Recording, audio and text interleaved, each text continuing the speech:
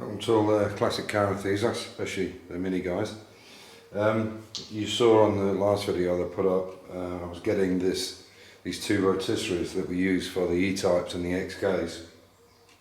And so Alex has the jig that I made originally, which was just a knock-up, but this has a lock on it, and it's really handy to keep it so you can keep it in one position, especially when you're working on your own.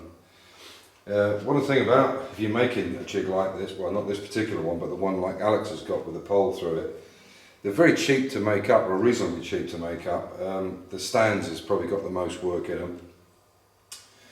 But the nice thing about this particular jig is that it has two movements, so I can actually move this arm here up and down, and I can move this. There's a whole arm in there, so I can move it any position I want to.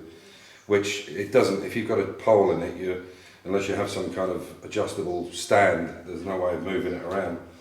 The idea of using this for the Mini is that I could then use exactly the same stand for basically any car. So all I've got to do is take these poles out, these back bits out, and store them away, and the stand is still exactly the same. I haven't put it together yet. I'm just about to finish it up, and then I'll tack weld it, take it all out, weld it really well, and then put it all back together. So by the end of the night, hopefully it will be turning on its own. What's not terribly important with these is that it spins well. You know, you'll see adverts for these rotisseries where they're spinning the car. Well, you would never do that. The whole point is just to spin it to a certain place so you can work on it. So the fact that it spins really well is really neither here nor there. It just shows that it's balanced reasonably well, but apart from that, you know, you're not spinning the thing, you're turning it, and it's just sitting in that position for possibly weeks, months even. So it's not that important. It should rotate reasonably easy for one person. So this is the back bit. What I'm now going to do is make a bar to go across this on the top parcel shelf and the lower parcel shelf to extend it, because in the centre it tends to lift a little bit, like I said about the one I gave to Alex. You know, make the bar longer, so I'm going to do that. So this is the back end, and as I said, it's not actually on, it's just got it there, ready. And these bars obviously will come out from this, so you just pull them out, you get it at the right height and you just pull them away. What I will do is put a cap on the end here, so that this piece can spin but not fall off. In fact, it's not even really required, because once it's bolted in place, and it might be a way of making the jig smaller. So that's the back end. I'll take you around the front. Okay, so you can see I've built another front end. Obviously I've checked the distance of the inner wing plus the front landing panel, and obviously it goes under here, so this needs to come out. What I'll now do is I've got some rod here, which I'll lay out camera and show you. And basically, this is the same idea. These will be welded to this bar here, and then these will come up at that angle and bolt straight through there, so there's a support on them, both sides like that. And it just happens to be, I'll be very lucky, it just happens to be that these are the right distance apart for them two holes, but it was sheer luck. It certainly wasn't judgment.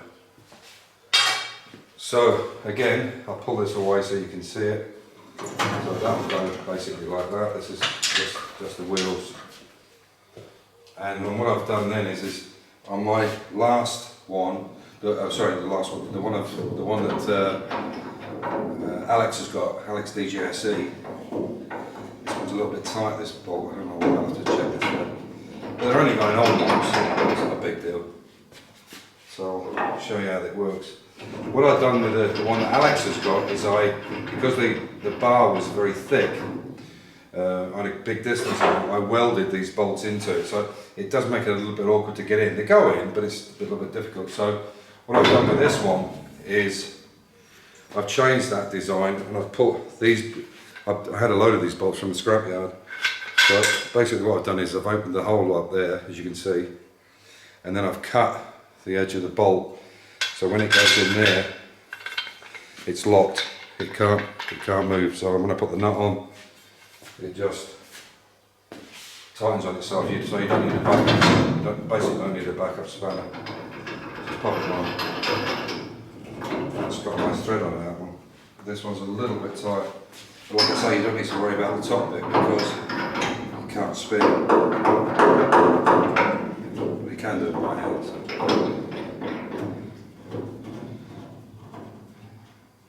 And you might notice here as well, I've done it, put this on.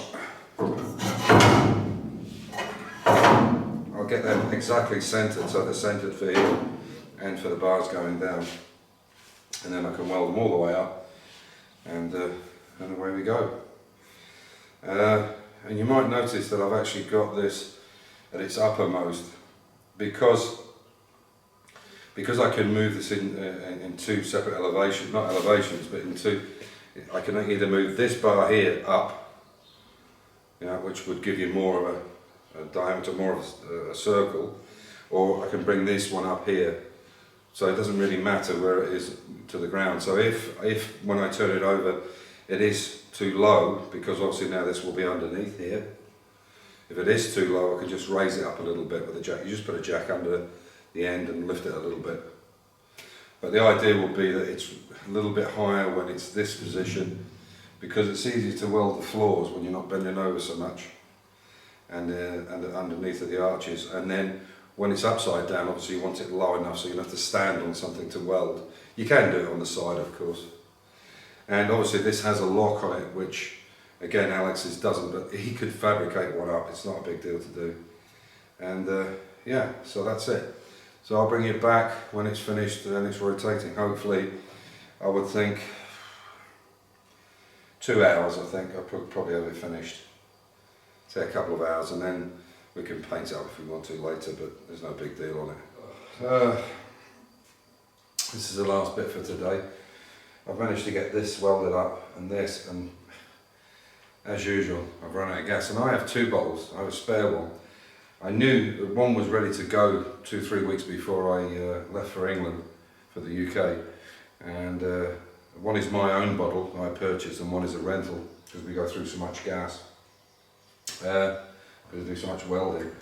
So the problem is you can't get good penetration. As soon as the gas goes, your shrouding gas goes, you get a lot of splatter, and it's very difficult to get a weld in there, and it'll create rust and so on.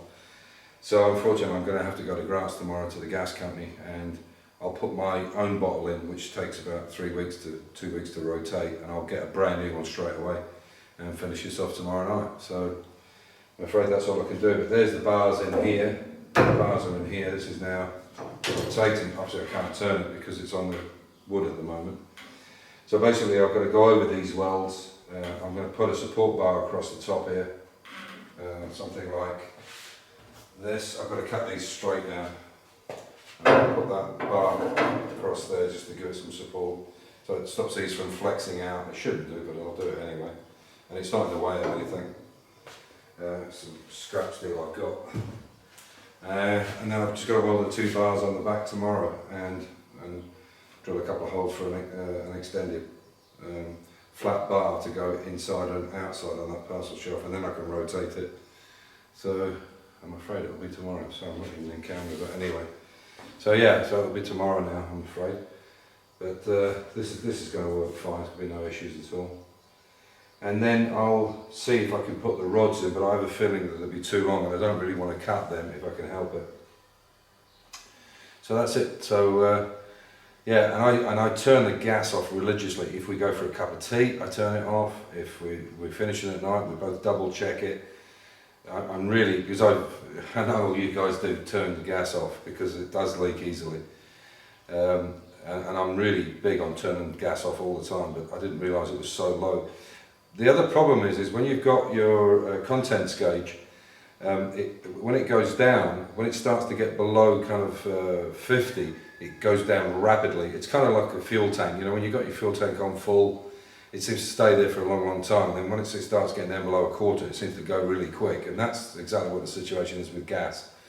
There isn't enough volume to push it out, and then it drops very quickly as soon as you put it back on. What you should be seeing on the contents gauge though, when you turn them on and off, you shouldn't see a fluctuation, because that means you have got an airline in the, or you have got a leak in the line somewhere.